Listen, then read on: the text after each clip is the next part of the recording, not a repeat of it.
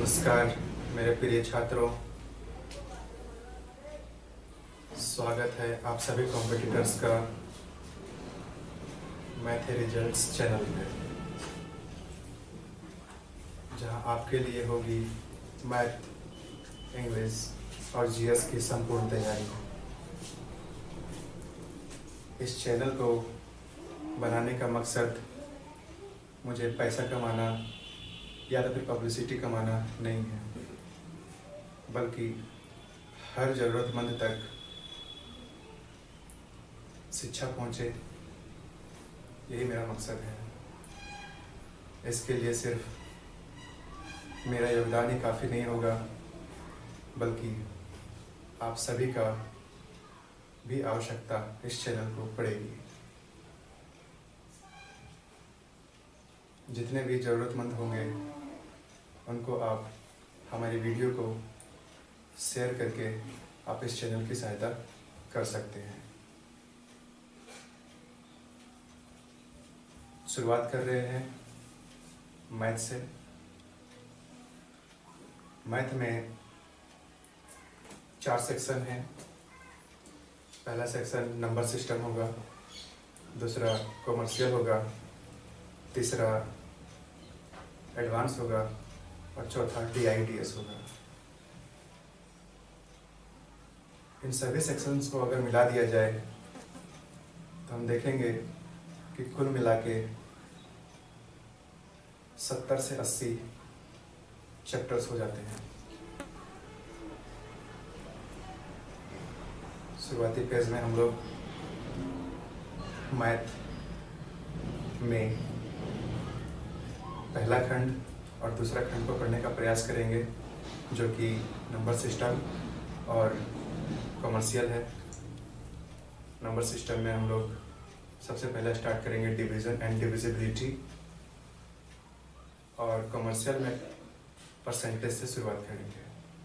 हर एक दिन video upload होगा, ऐसा अब कोई भी दिन खाली नहीं जाएगा जिसमें वीडियो अपलोड नहीं होगा।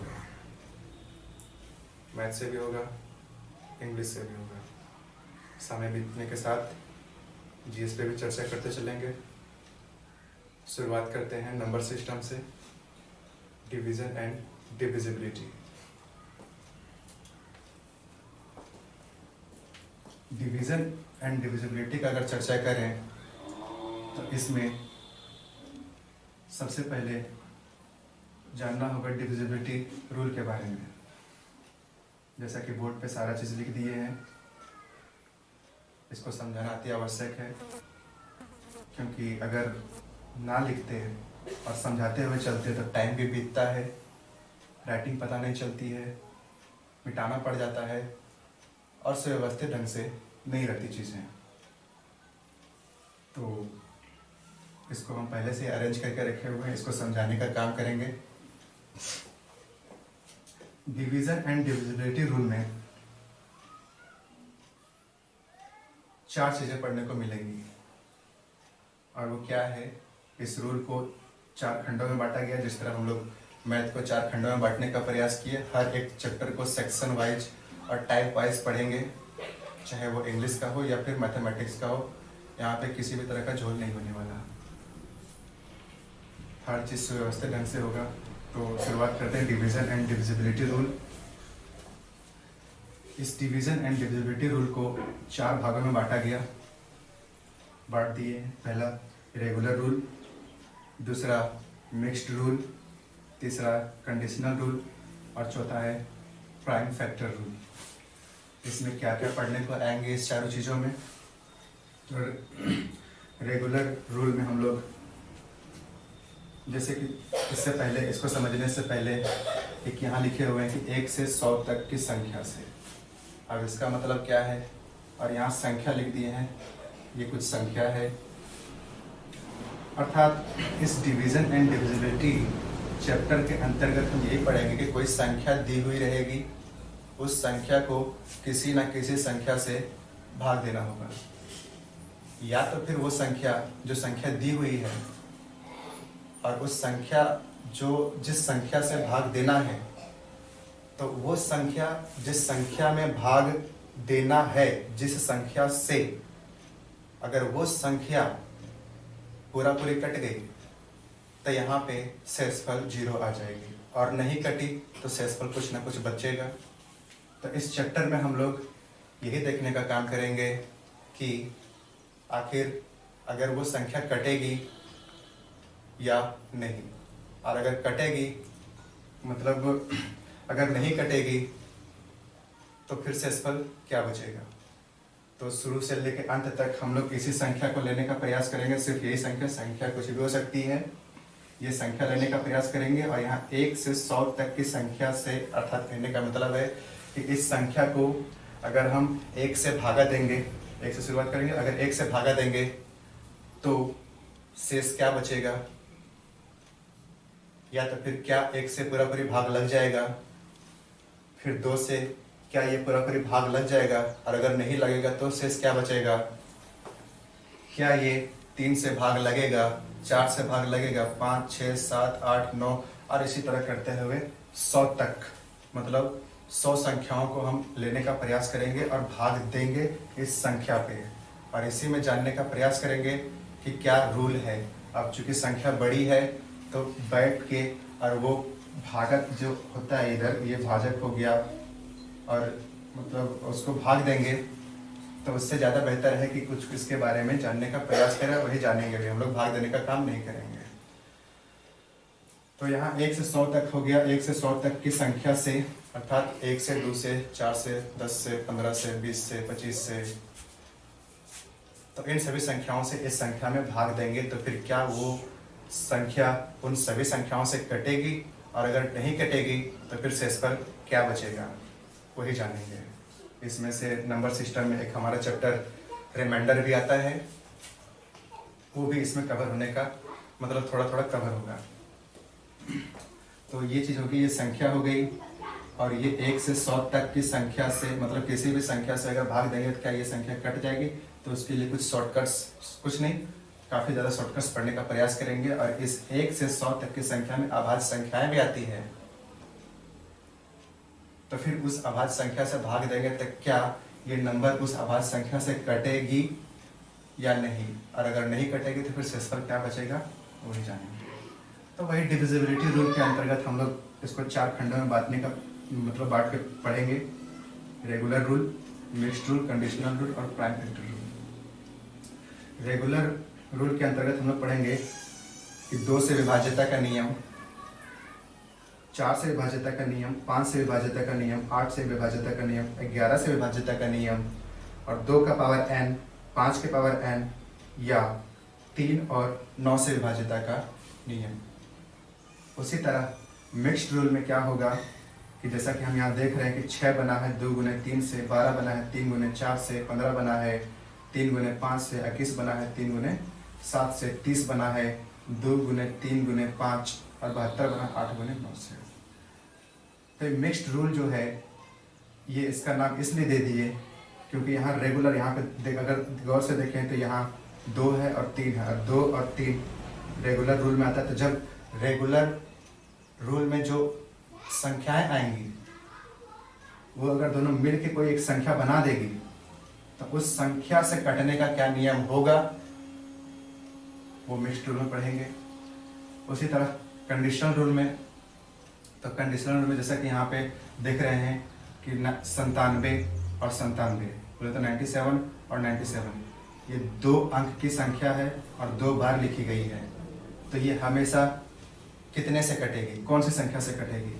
उसी तरह यदि 97 और 97 मतलब 2 अंक की संख्या 2 बार लिखी जाए और बीच में अगर 0 बिठा दिया जाए तो वह संख्या हमेशा किस संख्या से कटेगी, हमेशा। उसी तरह 2, 3, 4 फिर 2, 3, 4 अर्थात 3 अंक की संख्या यदि 2 बार लिख दी जाए तो हमेशा कितने से कटेगी। और उसके बाद चर्चा करते हैं कि 25 और 26 ये 2 लगातार प्राकृत संख्या है। 25, 26, 27 3 लगातार प्राकृत संख्या है।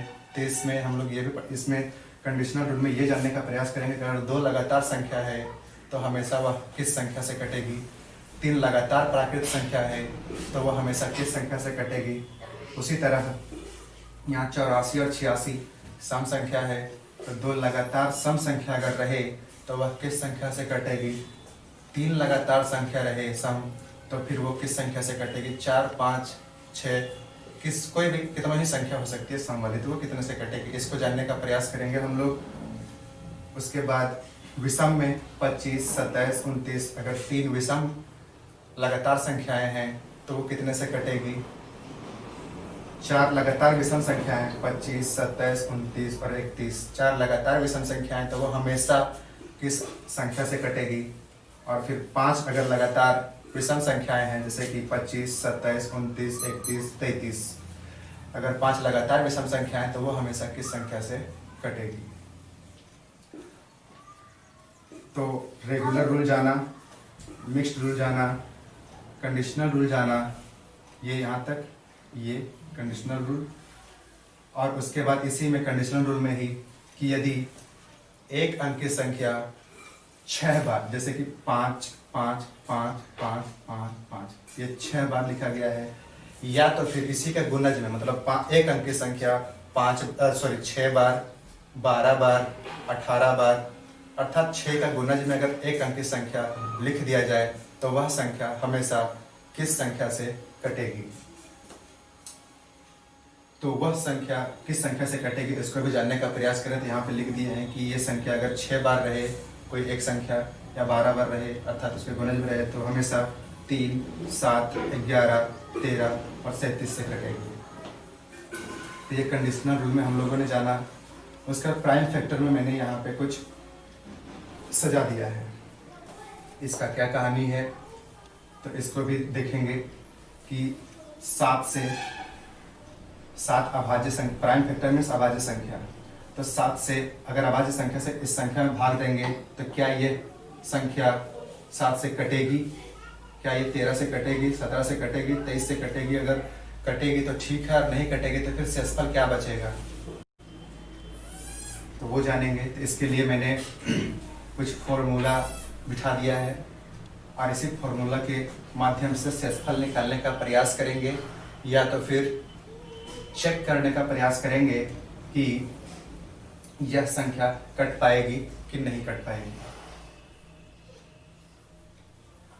तो इस तरह डिवीजन एंड डिविजिबिलिटी में पहला हम लोग डिविजिबिलिटी रूल जानने का प्रयास करेंगे, जिसमें से regular rule, mixed rule, conditional rule, prime factor rule, ये सब जानेंगे। इसके बाद आगे चर्चा करेंगे।